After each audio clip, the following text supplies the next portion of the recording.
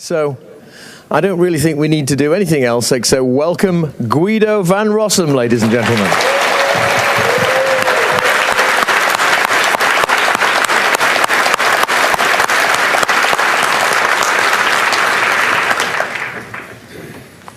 Hello, can you hear me?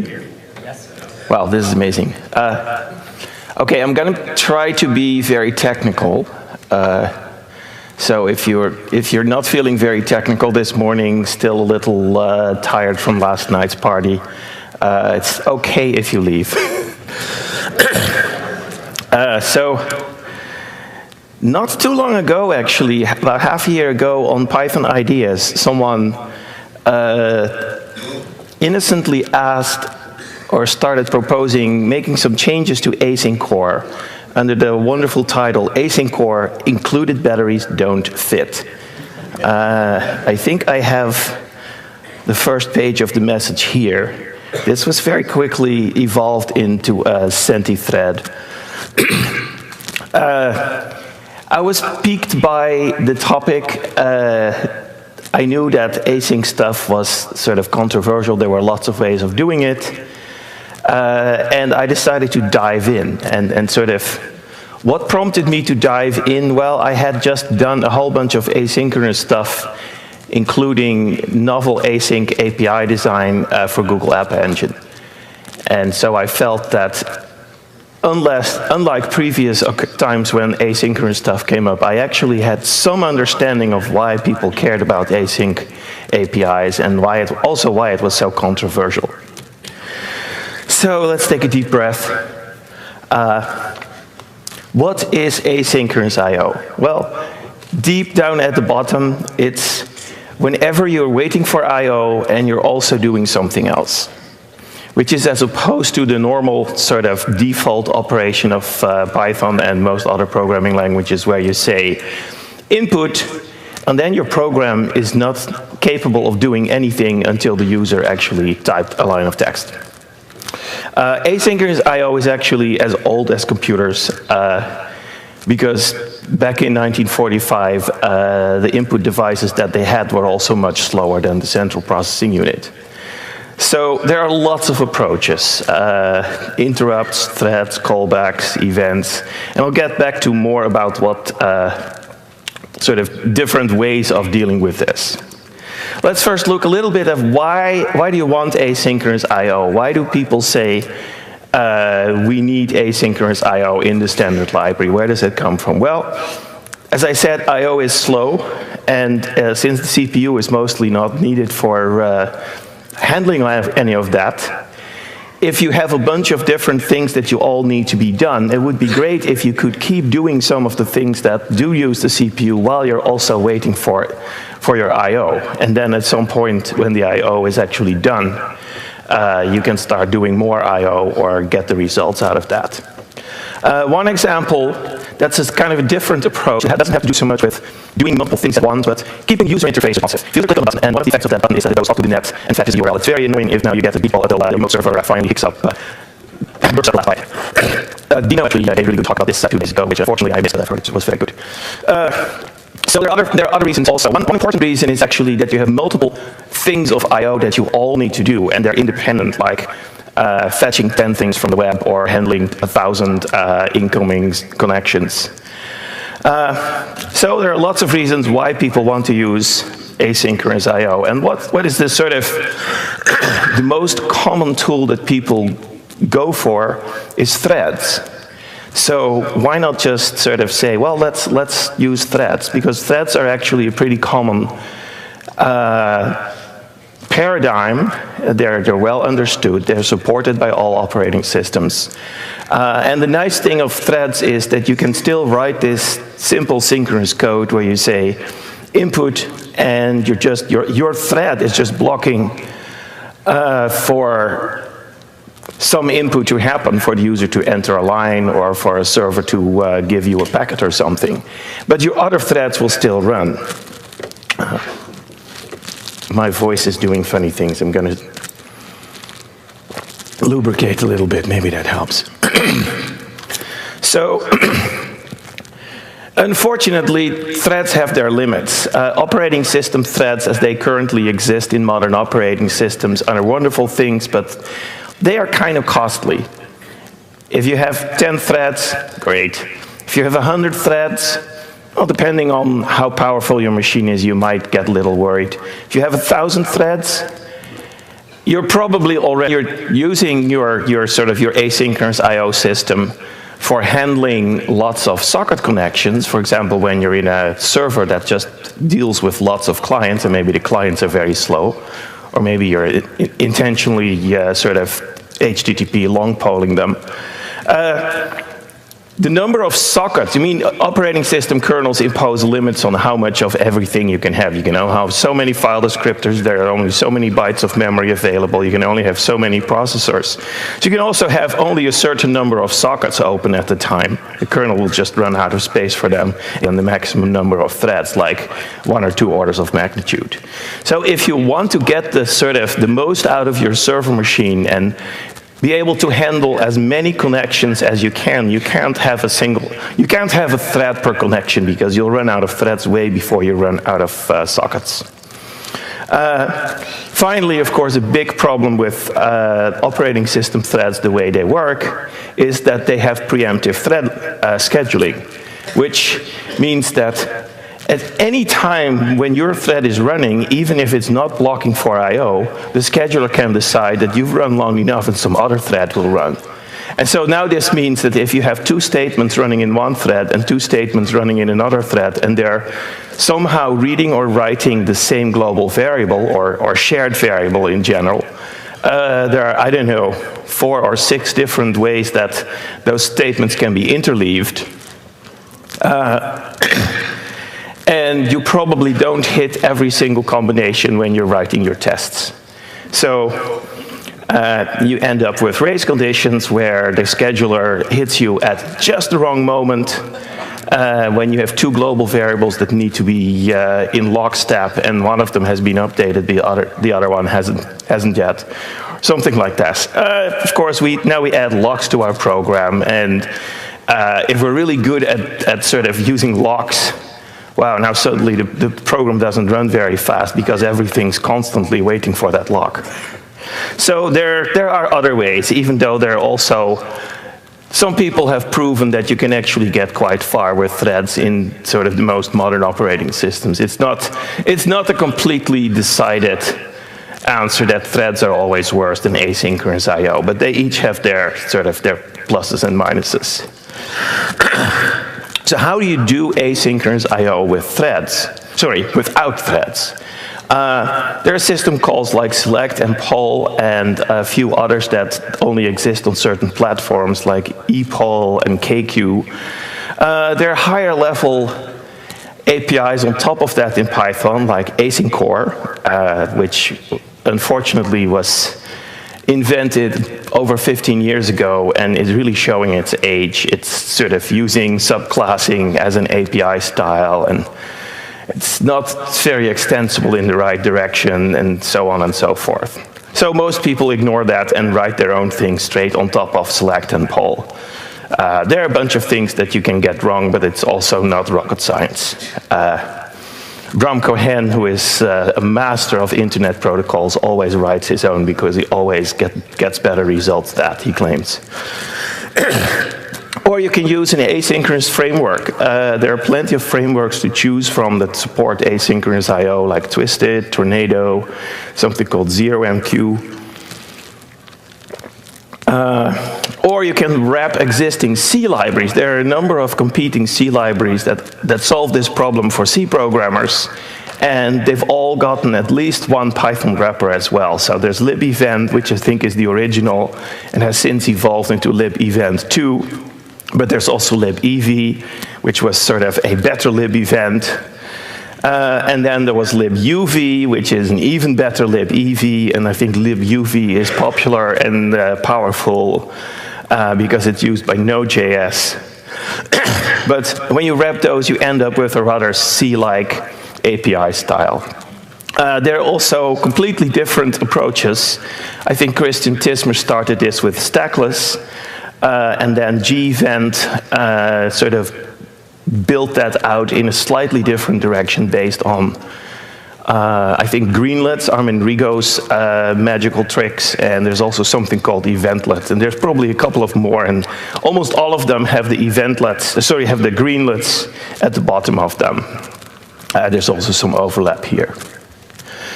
So none of these alternative approaches, even though they all solve the problem of race conditions and you want more sockets, then you can have threads and stuff like that, they all have their downsides.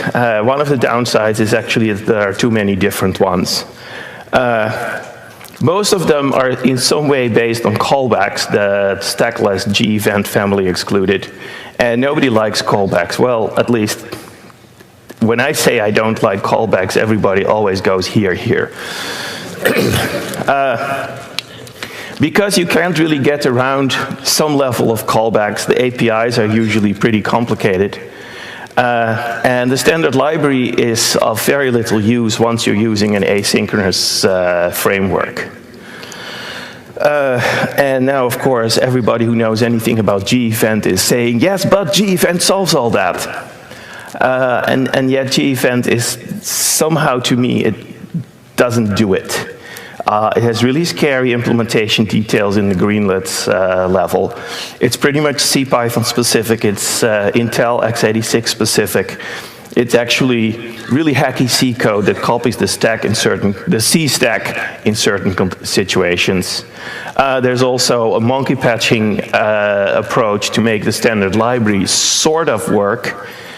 So you monkey patch the standard library and then you start using existing standard library operations like URLlib or HTTPlib, and you hope that it actually works, because you never know with this monkey patching stuff. And unfortunately, you're still not completely clear of the problem that the scheduler could, at a random moment, interrupt your task and switch to a different one. Now, if you talk to G-Event and Greenlet people, they always say, oh, you know exactly when it switches, because there's a very specific call into the Greenlet API you have to make that switches. Unfortunately, any function you call can also make that call.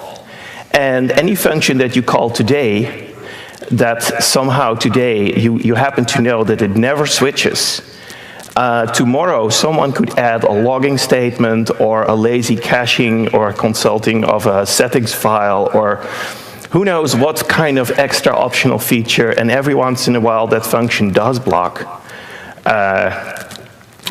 And suddenly, so you're basically in the same situation as with classic OS threads, that you cannot really trust when you will be switched and when you won't be switched.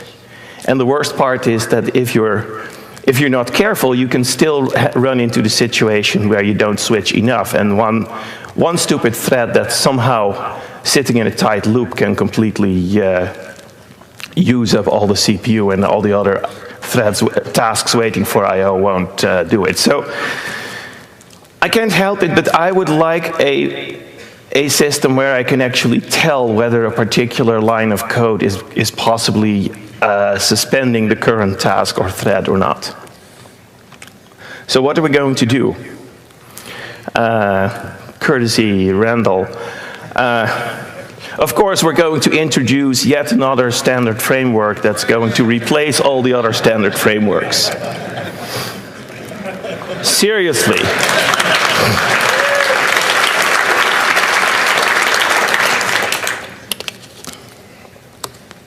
Let's finally standardize that event loop. Because at the bottom of all of these, including G-Event, there is an event loop. And sort of there aren't too many choices in how you implement an event loop. And event loops, sort of, there's a certain amount of functionality that they have to have. They have to manage your callbacks. They have to manage your file descriptors. You have to tell it which file descriptors you care about. And one way or another, they're all sort of doing more or less the same things, but sort of how you write what you want the event loop to do is vastly different for each of these systems. So why is the event loop so special? Because on the one hand, the event loop is the thing that serializes things. The event loop is the thing that guarantees that while your code is running, no other code will also be running. And given that Python has a global interpreter lock, there's not actually all that much advantage in having other code running while your code is running, because you're not making more progress together. So this serializing of events is a very powerful mechanism if it's done right, because it gives you the knowledge that no one else is going to mess with the global state or the shared state until you say that you're done with it. So you have sort of implicit locking. Of course, in order for this to work, you can only have one event loop. And this is why the event loop is so special and why it's important to sort of move the standard event, the event loop into the standard library and sort of take ownership of that thing. Because there should really be only one event loop.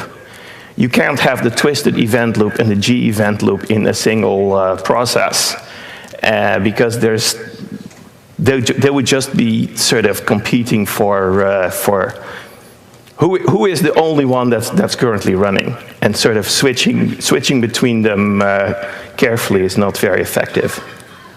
So because each framework has its own event loop, they don't really interoperate very well.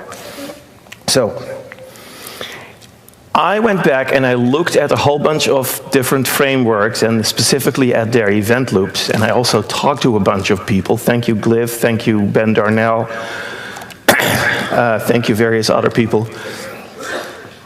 What you have is there's an event loop. It runs or it doesn't run. Usually there are ways to start it and to stop it.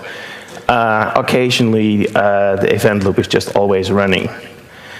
But usually you have to somehow manage it. You also have to access it. Then a very fundamental thing is, here's a function. I want this function called at some point in the future. That point in the future may be like right now, like right after the current event handler is finished, or it might be at a specific number of seconds or milliseconds in the future. There's a variant there where you say, well, here's a function that I would like to call every 2 seconds or so. And the final piece of functionality is, I have a file descriptor, or maybe some other object that represents I/O activity to the operating system. And there's some asynchronous I/O going on that file descriptor or that I/O object. And I want to know when that is ready. And depending on which paradigm you're using, on Unix it's usually sort of, when is the thing ready so I can start reading, at least start attempting to read or write. Windows IOCP has a different model where you say, I want to do this type of I/O, and then you want to know when is the I/O done. So ready and done are two different paradigms, and we'll get back to that. But that's about all you need in an event loop. And you need it to sort of abstract over the different possibilities for actually asking the operating system to multiplex the I/O. So you want to have an intelligent switch between select and poll and epoll and everything else. So hopefully, with some luck, a unified event loop could actually solve the problem that the frameworks that currently exist don't interoperate very well. Now, actually, why is it so important that the frameworks can interoperate? Well, the reason is that every framework has its strengths and its weaknesses. If you want to have good implementations of esoteric internet protocols that have been debugged for a long time, Twisted is your friend. If you want to do web server stuff, maybe Tornado is what you want.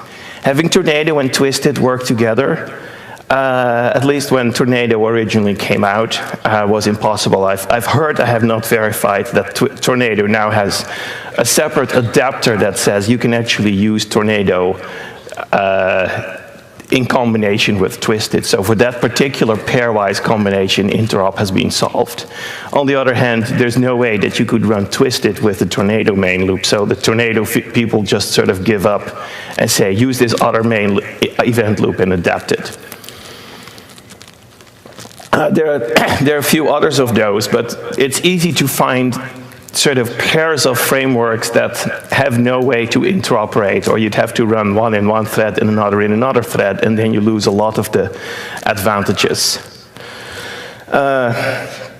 So this is where PEP 3156 came in, and a reminder, unfortunately, we're violating this wonderful directive of not trying to solve the problem of too many standards by adding one. We're still adding one.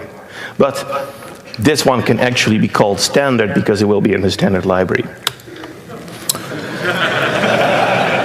Yes, I really know this is madness. Everyone has their favorite framework. Let's just move twisted. The first response, actually, to that long and well thought out message about fixing async core, the first response was a one-liner that said, why don't we, I think it said, so you just want twisted in the standard library. And there was a lot of disagreement after that. Yeah, if I personally believed in G-events, we could put that in the standard library and say everything in the standard library is always using G-events. That probably would leave a large number of people unhappy nevertheless. Also, I mean, the right way to do that would probably to go back even further in history and sort of adopt stackless Python, which was always intended to be eventually become a part of standard Python.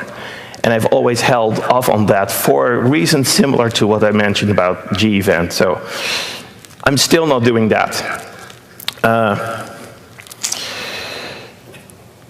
Yeah, why not rep one of the industry standards that exist at the C level? Well, okay, there are still too many to choose. So I just made up my own. I did, but I didn't completely make it up. I actually looked around and sort of, I felt what are the problems that everyone needs to solve. Like there's this thing with, you need to be able to, everything needs to work regardless of whether underneath you're using select or poll or epoll or kq. Those things need to be completely abstracted away, because they're just all different ways of doing exactly the same thing, which is asking a Unix kernel or some flavor of Unix, giving it a bunch of file descriptors and ask when some of them are ready for I/O again. Other things that sort of are obvious is the callbacks I mentioned, timed callbacks, all those things. So I looked around, I came up with my own minimal version. Originally my minimal version was truly minimal. Everything was in one file. It only worked on Unix. Then I started comparing nodes with other frameworks. I looked at the Tornado event loop, and it looked pretty similar. So I thought, okay, well, I guess even if I start in a vacuum, I can come up with something that's pretty close to what other people have come up with too.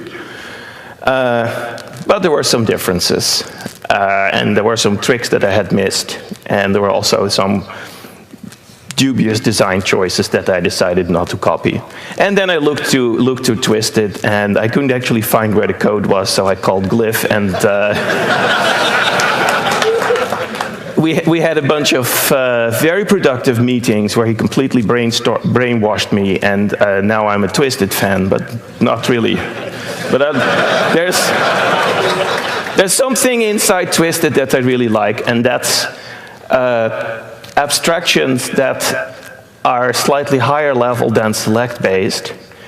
Because on Windows there's this thing called IOCP that works very differently. I've been mentioning that a few times. And so the importance of that was really rubbed in by the meetings with Glyph. And also the importance of having abstractions corresponding roughly to what Twisted calls transports and protocols.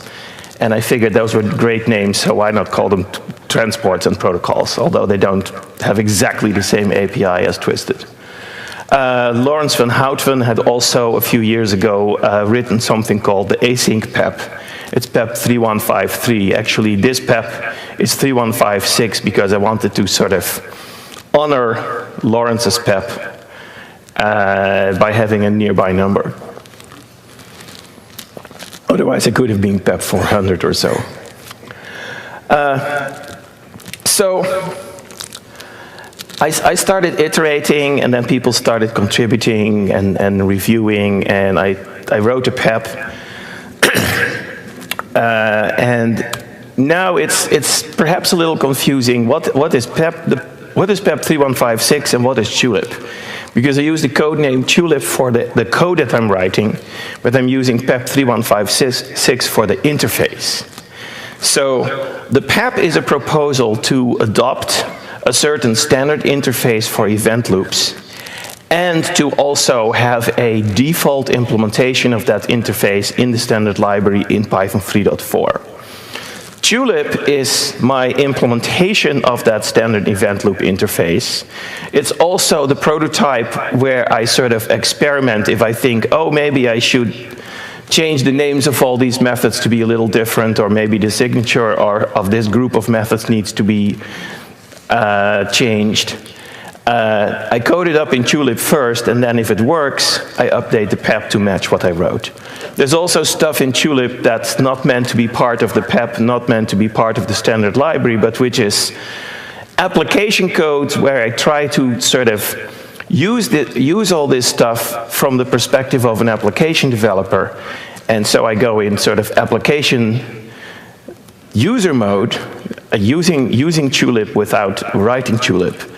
And I try to write, I wrote a little web crawler, I wrote a little web server, and I sort of try to feel, is this actually a nice way of writing an application? And usually I come back with, oh yeah, there's a bunch of missing stuff in Tulip and in the PEP that I need to add. So eventually I hope that Tulip will be the reference implementation and incorporated under a better name into the standard library. It may also forever after become a repository for additional functionality that doesn't belong in the standard library, or is sort of where there are too many different choices, where Tulip's choice is just one of the possible choices. And in addition, Tulip will be what you can use all this new asynchronous I/O stuff with Python 3.3, where it's not yet in the standard library. And of course, I'm running out of time much sooner than anticipated. It is my want, so I'll try to speed up. So the PEP does not just propose an event loop, even though the event loop is the sort of the building block for interoperability. In order to sort of encourage interoperability, the PEP also has a small API to change the event loop. There's a way where you can say, set the event loop to this particular object that implements the standard API. There are a few quirks there. So that is sort of another framework can plug in their event loop through an adapter. And all the Tulip application level code that just uses the standard API will still work. So now you can have Tulip code or random user code written against the new standard, and G-event code that uses the G-event paradigm in the same application. And you could do the same thing with Tulip and Twisted or Tulip and Tornado. And hopefully even with multiple of these, because eventually I hope that the various frameworks will also make an effort to adapt the standard event loop API to their paradigm, so that it would be great if even 80% of the Twisted protocol implementations actually worked with the standard Tulip event loop rather than with the Twisted event loop adapted to the standard protocol. But there's more to the PEP, and people have suggested that I should split it in two PEPs, which is still an option. On the other hand, the two things are quite related. So let's get back. No, let's not get back yet to the new paradigm for writing asynchronous code. Let's first say a bit more about the event loop. I think I already mentioned a bunch of this. So I have had some of the people who are stakeholders in this world review it. I'm going to sprint on it Monday and Tuesday. And that could include ripping out parts of the PEP and rewriting them and all that nice stuff. The event loop has sort of a bunch of different groups of methods, and maybe I'll just race through this because this is getting pretty detailed. So there's ways to manage the loop, basic callbacks, callbacks related to I/O. There's some stuff necessary to interact with threads. There's even stuff necessary to interact with Unix signals, although clearly when signals don't work on your OS, then they don't work. Then there are some sockets. There's some socket stuff that's mostly used for transports, and a bunch of higher level socket operations that I hope will be popular among application programmers. So to start the loop, there are way too many run functions, and to stop it, there's a stop function. We'll probably refactor this API. Basic callbacks, call soon, call later, which is takes a delay, call repeatedly, which sets up a timer. Call soon thread save is when you're in a different thread and you want to add a callback to an event loop running in another thread. That's kind of esoteric. All these return an object which I call a handler, which may not be the best name, but it's also not the worst name. For a while it was called callback, but that was too confusing. There were too many things named callback already. That handler, the main purpose of returning a handler is so that we don't have to have explicit methods that revoke all these callbacks. You just say cancel, call cancel on the handler, and then your callback is no longer going to run. And so if you call cancel after it already ran, well, that's too late, unless it was a timer. On the other hand, if you call cancel before it actually has gotten a chance to run, then it will never run. So there's callbacks for I/O, and these wrap the abstractions that take care of using select or poll and so on, add a reader callback, add a writer callback, or remove them. Exactly what is a file descriptor here? There's some fuzziness, then that's intentional. For example, on Windows, if you're using select, it can only be a socket, because even though both sockets and disk files have things called file descriptors in the sort of the simulated Unix environment that we use on Windows, they're actually completely incompatible objects, and the select call only works with sockets, so that's a Windows restriction. On the other hand, on Unix, you could use a pipe or a sudo TTY or a few other things. I wouldn't recommend using a disk file because the typical Unix kernel says that a disk file is always ready. But sort of that's more about the semantics of select than anything else. It could also be an object that has a file no method because all the poll and select functions support that. So there's a way to deal with signals, not recommended. There's a way to say, well, I have a function that unfortunately is going to make blocking I/O calls, and I have no way to re-implement that. A good example is getAtterInfo in the socket module, which is the fundamental way of making doing a DNS lookup. That's called synchronous. That function is synchronous, and it can certainly block for I/O because it itself wraps other abstractions in the C library that might do I/O. So there's no way to avoid that. So you basically, either you can't use it or you have to run it in a different thread. So we chose to actually accept that this is a useful function that cannot live completely in the nice asynchronous I/O paradigm. And so we run it in something called an executor, which is essentially a thread pool. And it returns a future that you can wait for the result. Then there's a bunch of low-level socket I/O operations that only transport should use. Then there are high-level network operations, like calling getAtterInfo is actually a method on the event loop, because the event loop sort of acknowledges that most likely you're going to do lots of socket I/O with it. So looking up hosts and ports without actually attempting to connect is sometimes a useful thing. You could also do the reverse lookup. And so then there's create connection, which sets up a TCP connection to a remote server. And there is start serving, which does the opposite. It sets you up as a server accepting incoming connections. I'll get back to that a little later. So these are the things that you would use in sort of application code or in code that is implementing new internet protocols like HTTP or SMTP. So you notice that I mentioned futures a few times. A future is that actually it's a pretty generic concept. It represents a value that hasn't been computed yet, but if you wait for it, you will get the value. In Python 3.2, we introduced a standard future class and a standard API for futures in the standard library, PEP 3148. This is a summary of the API. I'm not going to read it. But we can't really use exactly that future class, because that future class is designed to work with threads.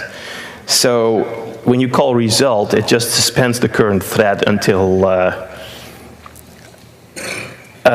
the value is ready, and that's exactly the opposite of what you want. And wait a second. Yeah, so I adapted futures to work with something called coroutines. And I'll get back to coroutines in a minute. But first, okay, what is a future? Okay, I'm sorry, this looks like a duplicate slide. I'm not going to say again what a future is. Basically, it has a result which blocks and then gives you the result, or it raises an exception. So an exception is also considered a result. So it's not the same class, but it doesn't even have exactly the same API, but it's clear that they sort of are close cousins. But when PEP 3148 blocks and sort of suspends the current OS thread, we must use, drum roll please,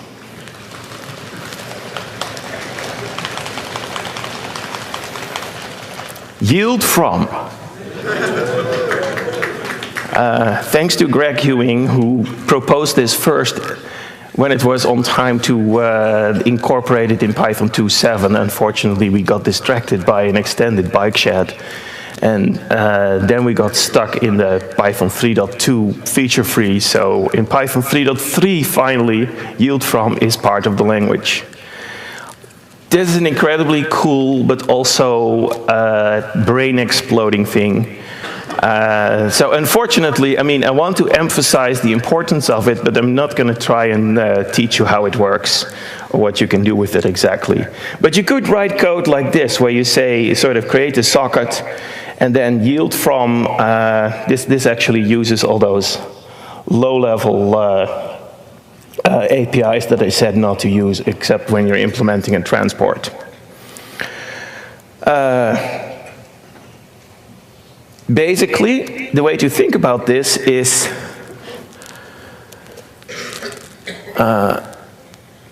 yield from is sort of this magic thing that you put in a coroutine to block without blocking, because your coroutine blocks, your coroutine is suspended, but your thread, your event loop is not blocked. Other tasks that are managed by the same event loop will now run.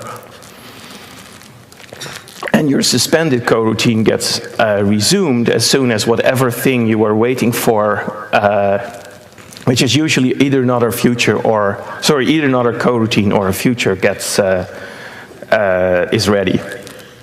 And most of the time, the best way to think about this is actually squinting and pretending that it's not even there.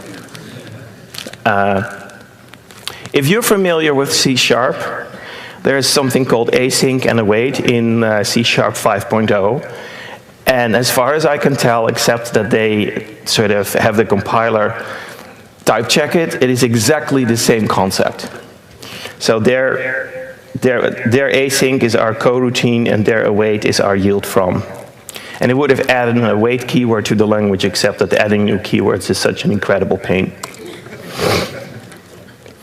So, futures. What's the way to think about futures?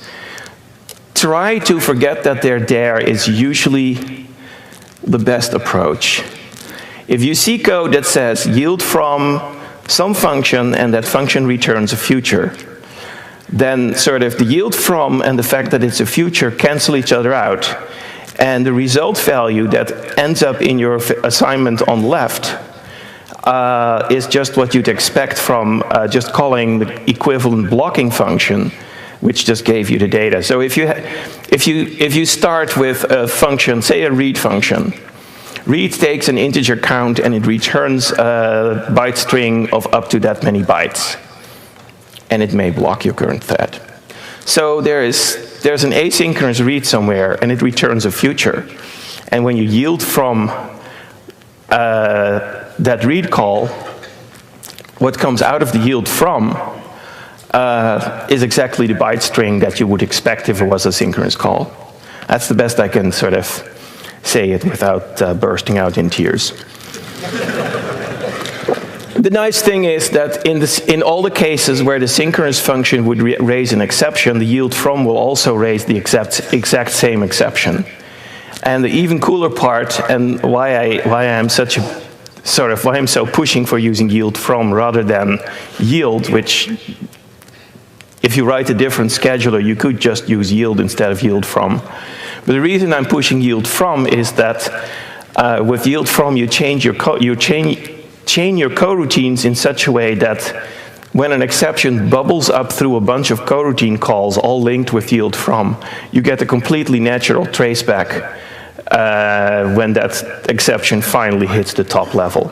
Well, with the yield approach, the stack of calls that sort of defer to each other is all maintained by the scheduler, and it's a major pain for the scheduler to get the tracebacks right. And usually you see sort of spurious frames where you get the traceback appears to come from a completely unexpected place. And so the other thing is that the whole API of a future, the fact that it has a result method and an exception method, and it even has callbacks, you can completely forget that. Because in practice, you just call existing functions that return futures, and you use yield from to wait for the result, and that sort of replaces using result or exception. So as I mentioned, futures can also raise exceptions. And so you can catch that exception with a standard try except.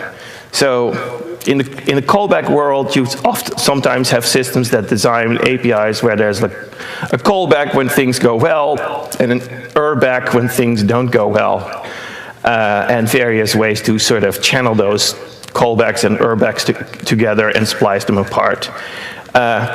You can write wonderful convoluted logic with that, and you can solve all the use cases that you run into. But with try except, you can use the existing system, the existing syntax and mechanisms built into the language for sort of controlling which exceptions you handle. And it sort of all uses stuff that you already know, because you already know try except OS error. So coroutines. A coroutine really is just a generator. Yield from translates to a complicated piece of code that involves a yield. So it must be inside a generator. We have this @coroutine decorator. But actually in Tulip currently, @coroutine is an empty decorator. It doesn't do anything to the decorated function at all. We're probably going to introduce a debug coroutine decorator that checks that you're actually using the futures correctly and that you're not accidentally using yield where you should be using yield from. But sort of in normal operation, there's actually, the coroutine decorator is purely there so that the human reader of the code gets warned this code is going to use the asynchronous paradigm, and when you see yield from, it means blocking for something else that returns a future or a coroutine. Now a coroutine is not really asynchronous code by itself. A coroutine is just some code that only runs when you apply yield from to it. So coroutines by themselves don't give you concurrency or parallelism. And in fact, a coroutine that you start, but then you don't use yield from on it, it just sits there. It doesn't make any progress. It's not even going to initiate the I/O that it might be waiting for. So you really have to you can use these coroutines to break up your program into various abstract components. It's a very nice way of refactoring a large, hairy piece of logic into various subroutines, because you just link them all together with yield from and coroutines. But if you want autonomous tasks, if you actually want things to happen in parallel, you use a task. A task is actually a coroutine wrapped inside a future. The task, as soon as you start the task, the coroutine actually starts running, and it keeps running until it hits a point where it actually needs to block for I/O. There are actually two ways to create tasks. You can just use a task decorator instead of the coroutine decorator. Then whenever you call that function, it automatically creates a task. The nice thing is that that task, you can still use yield from to wait for it immediately, because it's also a future. You can also take an existing coroutine that wasn't itself meant to be parallel and say, I want this particular operation to run in as a separate task. You can still, of course, later come back and ask for its result. But one thing you do, suppose you have 10 URLs that you need to fetch. You create 10 tasks for them, each fetching one of them, and then at the end you just use yield from to wait for all of them until you have all the data. Now the nice thing is that the function that actually fetches one URL doesn't have to be a task itself. It can just be a coroutine, because you can use the explicit wrapping of a coroutine inside a task. So this all works because a task is a subclass of a future, but it knows about keeping the coroutine alive and talking to the event loop. So while I'm in overtime, I have a little bit to say about those higher level network operations.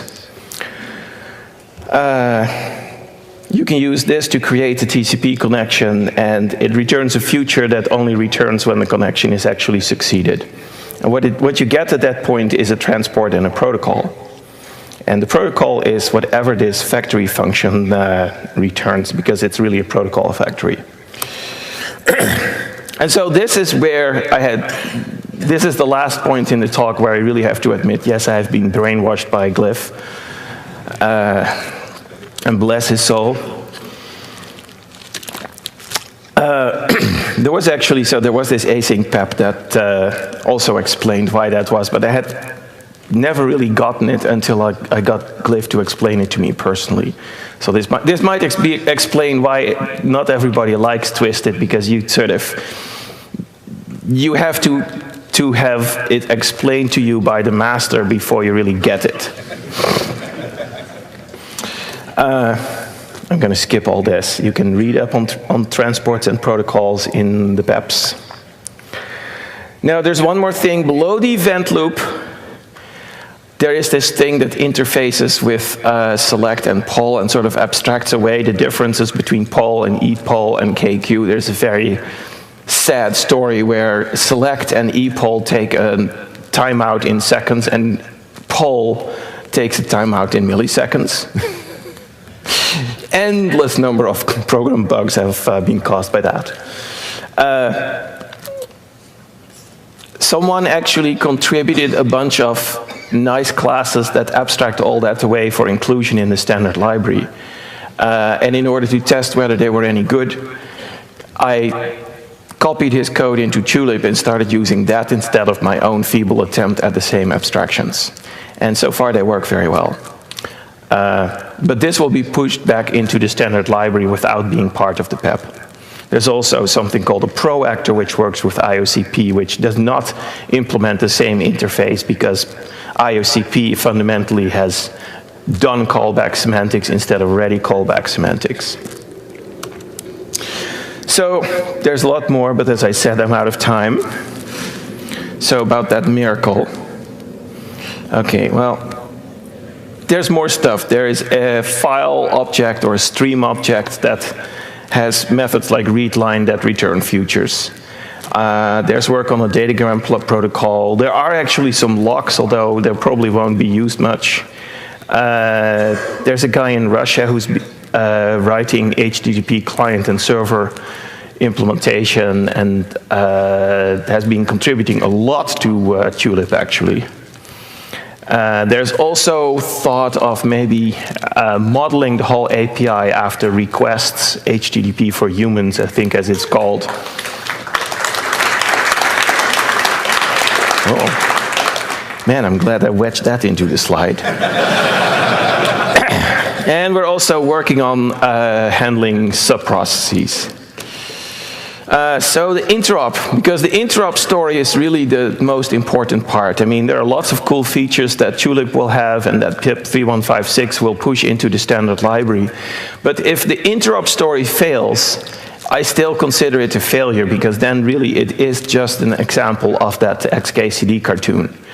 So what I'm hoping is that over time, and this may take a few Python 3 releases, various frameworks will throw away their own event loop and start using the default standard event loop API.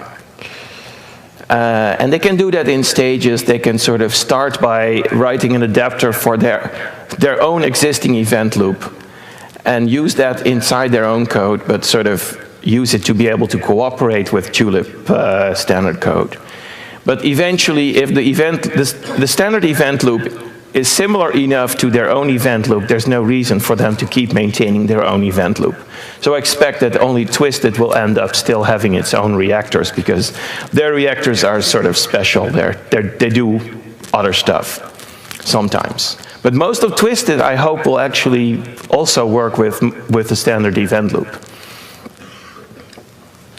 So this sort of, I really hope that this will help us move to a world where we can actually all get along, and you can have interoperability between G-Event and Twisted, and sort of, if as an application developer, you find a really cool piece of code that uses Twisted and you want to import that, and you have a really cool piece of G-Event code that you want to import as well, and they solve different problems in your large application, that you can actually do that without having to mess with multiple processes or rewrite it all or just forget it.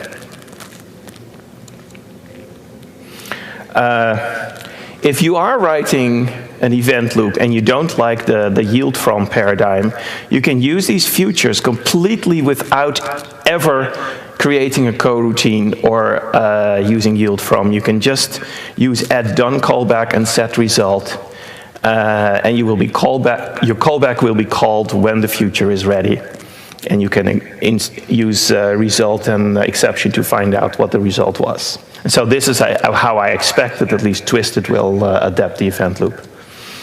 So when can you have it? Well, you could check out the code repo today, but I don't really recommend that, except if you want to help contribute or test it. It's very much in flux. It's very much undocumented. There are some doc strings. Obviously, there's the PEP. The PEP doesn't always match the code. The PEP has not been sufficiently reviewed.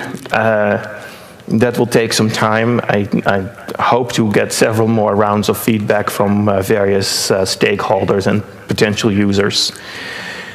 I've given myself time until November 23rd, which according to the Python 3.4 release schedule is the cutoff date for beta 1. By that time, you should also be able to download Tulip from PyPI as a third-party package that works with vanilla Python 3.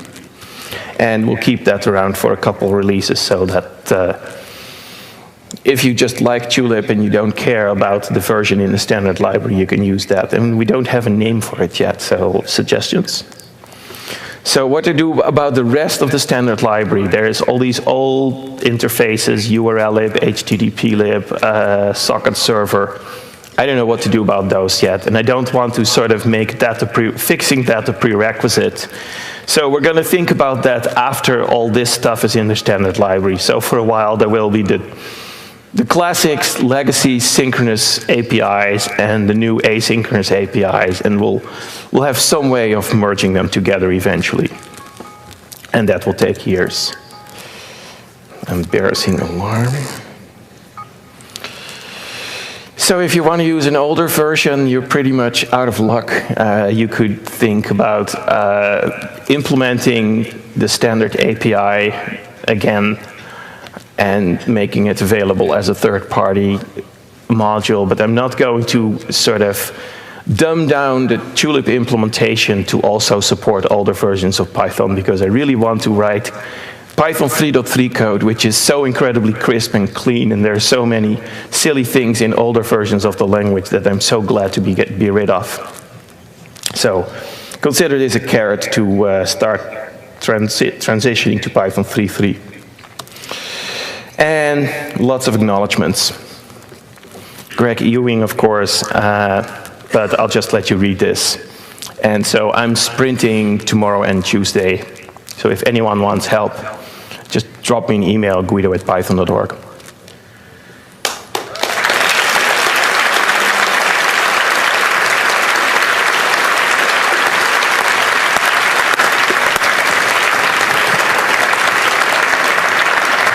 Thank you very much, Guido. Well, it was illuminating to hear what you have to say. Anti-thread. I was piqued by the topic. I knew that async stuff was sort of controversial. There were lots of ways of doing it. And I decided to dive in. And sort of, what prompted me to dive in? Well, I had just done a whole bunch of asynchronous stuff, including novel async API design for Google App Engine. And so I felt that unlike previous times when asynchronous stuff came up, I actually had some understanding of why people cared about async APIs and also why it was so controversial. So let's take a deep breath. What is asynchronous I/O? Well, deep down at the bottom, it's whenever you're waiting for I/O and you're also doing something else, which is as opposed to the normal sort of default operation of Python and most other programming languages, where you say input, and then your program input, and your thread is just blocking for some input to happen, for the user to enter a line or for a server to give you a packet or something. But your other threads will still run. My voice is doing funny things. I'm going to lubricate a little bit. Maybe that helps. So, unfortunately, threads have their limits. Operating system threads, as they currently exist in modern operating systems, are wonderful things, but they are kind of costly. If you have 10 threads, great. If you have 100 threads, well, depending on how powerful your machine is, you might get a little worried.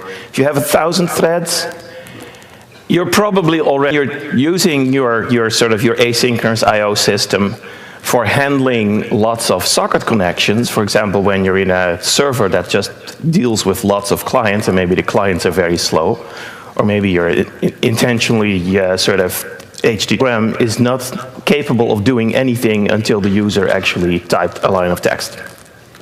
Asynchronous I/O is actually as old as computers, because back in 1945, the input devices that they had were also much slower than the central processing unit. So there are lots of approaches, interrupts, threads, callbacks, events, and we'll get back to more about what sort of different ways of dealing with this. Let's first look a little bit at why do you want asynchronous I/O? Why do people say we need asynchronous I/O in the standard library? Where does it come from? Well, as I said, I/O is slow, and since the CPU is mostly not needed for handling any of that, if you have a bunch of different things that you all need to be done, it would be great if you could keep doing some of the things that do use the CPU while you're also waiting for your I/O. And then at some point when the I/O is actually done, you can start doing more I/O or get... So, I don't really think we need to do anything else except welcome Guido van Rossum, ladies and gentlemen.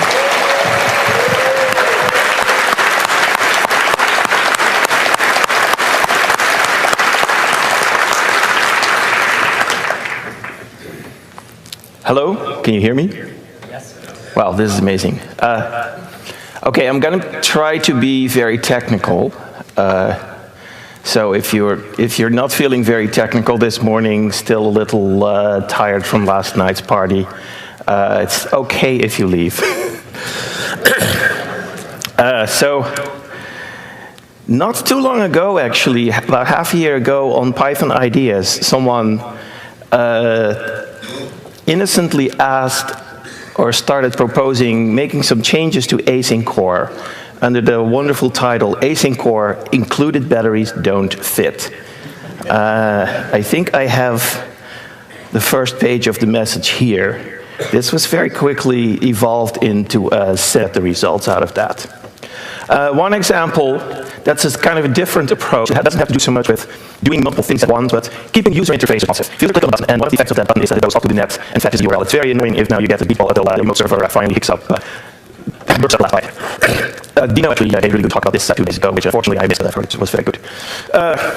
So there are other reasons also. One important reason is actually that you have multiple things of I/O that you all need to do, and they're independent, like fetching 10 things from the web or handling 1,000 incoming connections.